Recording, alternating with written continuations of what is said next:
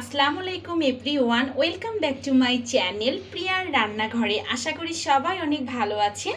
আজকে আমি আপনাদের মাঝে নিয়ে এলাম আবারও একটি স্ন্যাক্স আইটেম, দেখতেই পাচ্ছেন। আর এই স্ন্যাক্সটি আমি খুব সামান্য উপকরণ দিয়ে তৈরি করেছি। আপনার হাতের কাছে সবসময় যে উপকরণগুলো থাকে। সো আর বেশি কথা বলবো না, চলুন দেখে নেওয়া যাক এই স্ন্যাক্সটি আমি কিভাবে তৈরি করলাম। এখানে প্রথমে আমি একটা বোল নিয়ে নিয়েছি। এখন এই বোলের মাঝে আমি প্রথমে দিয়ে দিচ্ছি, এখানে প্রায় 1 কাপ পরিমাণ পেঁয়াজ রয়েছে। পুরো পেঁয়াজটা আমি এখানে দিয়ে দিব। আর পেঁয়াজটা কিন্তু আমি এখানে একটু বেশি ব্যবহার করেছি। এখানে প্রায় মিডিয়াম সাইজের 5টা থেকে 6টার মতন পেঁয়াজ রয়েছে, আমি এখানে পুরোটাই দিয়ে দিলাম। তারপর দিয়ে দিচ্ছি 1 টিস্পুন মরিচের গুঁড়ো, স্বাদ অনুযায়ী লবণ, হাফ টিস্পুন হলুদের গুঁড়ো, 1 টিস্পুন দিয়ে দিচ্ছি আদা রসুন বাটা। আর এখানে কিন্তু আদাটা আপনারা এখানে কেটেও দিতে পারেন ছোট ছোট কিউবের মতন, আমি এখানে পেস্টটাই দিয়ে দিলাম। তারপর দিয়ে দিচ্ছি 5 থেকে 6টার মতন কাঁচামরিচ কুচি। আর কাঁচামরিচটা অবশ্যই আপনাদের ঝালটা যে যেমন খেতে পছন্দ করেন এমন করে সেটার উপর ডিপেন্ড করে দিবেন। তারপর এখানে আমি একটা ব্যবহার করব স্বাদে ম্যাজিক। আমি প্রতিটা স্ন্যাক্সে প্রত্যেকবার যখন স্ন্যাক্স আপনাদেরকে দেখাই আমি এই স্বাদে ম্যাজিকটা কিন্তু ব্যবহার করি। অবশ্যই আপনারা ট্রাই করবেন। আর এটা কিন্তু যে কোনো দোকানে আপনারা পেয়ে যাবেন। সো এটা আমি এখানে একটা স্যাশে দিয়ে দিব। একটু কেটে নিচ্ছি। আর এই স্বাদে ম্যাজিকটা দিলে কিন্তু স্বাদটা অনেক বেড়ে যায়, আমার কাছে তো বেশ ভালো লাগে, আপনারা ট্রাই করে দেখতে পারেন। সো এখানে আমি একটা স্যাশে দিয়ে দিলাম। এখন আমি সমস্ত উপকরণ হাতের সাহায্যে খুব ভালোভাবে মেখে নিব। আর পেঁয়াজটা যাতে একটু সফট হয়ে আসে এই জন্য হাত দিয়ে কিন্তু মেখে নিতে হবে। আমি হাতের সাহায্যে একটু এভাবে মেখে নেব। ভিউয়ার্স, আমি কিন্তু এটা মেখে নিয়েছি। এখন এটা আমি সাইডে রেখে দিব। তারপর আমি পরবর্তী স্টেপে চলে যাচ্ছি। আমি এখানে একটা বোলে পানি নিয়ে নিয়েছি। আর এখানে আমি নিয়ে নিয়েছি প্রায় 4টার মতন ব্রেডটা অবশ্যই আপনাদের ইচ্ছে মতন ব্যবহার করবেন, যে যেমন কোয়ান্টিটি আসলে করতে চান। সো ব্রেডগুলো আমি এই পানিতে এভাবে ভিজিয়ে নেব। এখানে 2টো ব্রেড দিয়েও কিন্তু করা যায়, আমি এখানে একটু বেশি কোয়ান্টিটি করব। সো এভাবে যখন ভিজে নেব তো আমি এটা হাতের সাহায্যে পানিটা খুব ভালোভাবে একটু চেপে নেব। এভাবে চেপে নেব ব্রেডটা। এখন আমি এই মিশ্রণটার মধ্যে ব্রেডটা দিয়ে দেব। আমি এখানে প্রায় 4টার মতন ব্রেড দিয়ে দিয়েছি। আর আপনারা এখানে 2টো দিয়েও করতে পারেন, সেক্ষেত্রে আপনারা পেঁয়াজটা একটু কমিয়ে নেবেন। তারপর দিয়ে দিচ্ছি আমি একটা ডিম। আর ডিমটা অবশ্যই দিতে হবে এই রেসিপিতে। আর এখানে আমি আরেকটা কথা বলে রাখি, এখানে কিন্তু কোনো প্রকার পানি ব্যবহার করা যাবে না। আর পেঁয়াজটা কিন্তু আমি আগে থেকে মেখে রেখেছিলাম যাতে পেঁয়াজটা অনেকটা সফট হয়ে আসে এবং পেঁয়াজ থেকে একটু পানি আসে, যাতে আমরা সব কিছু এখানে যা যা ইনগ্রিডিয়েন্টস ব্যবহার করছি সব কিছু কাভার হয়ে যায়। সো এখন আমি হাতের সাহায্যে এটা খুব ভালোভাবে মেখে নেব। দেখতে পাবেন যে এখানে যখন আপনি মাখছেন আপনার কিন্তু কোনো পানির প্রয়োজন হচ্ছে না।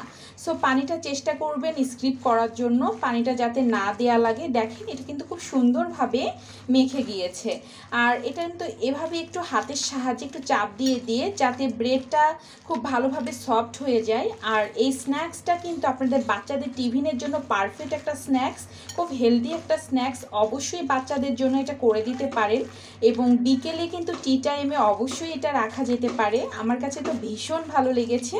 এখানে কিন্তু কোনো ময়দা কিংবা আমি বেসন ব্যবহার করছি না, কিন্তু যারা আপনারা মনে করছেন যে একটু পাতলা হয়ে গিয়েছে তারা এখানে বেসন কিংবা ময়দা একটু ব্যবহার করতে পারেন, প্রায় 3 টেবিল স্পুনের মতন।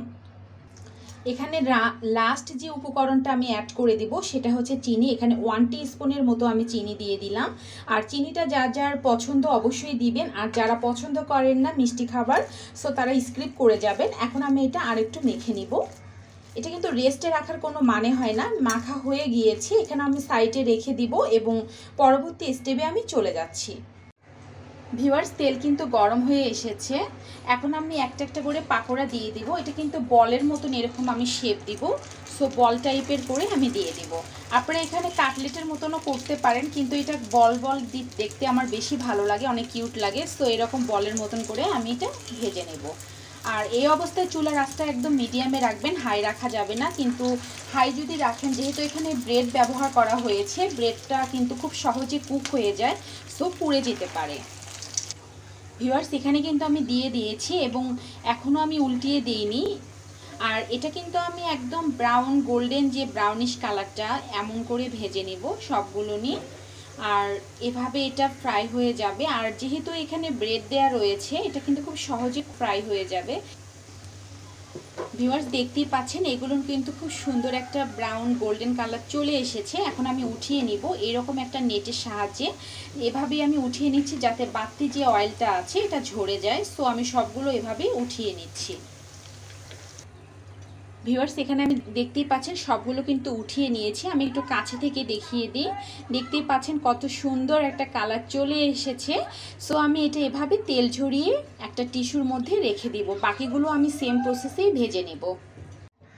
ভিউয়ার্স আমি এগুলো সবগুলো সার্ভ করে দিয়েছি দেখতেই পাচ্ছেন। আর দেখতে পাচ্ছেন কালারটা কত সুন্দর এসেছে। আমি একটু কাছে থেকে দেখিয়ে দিই।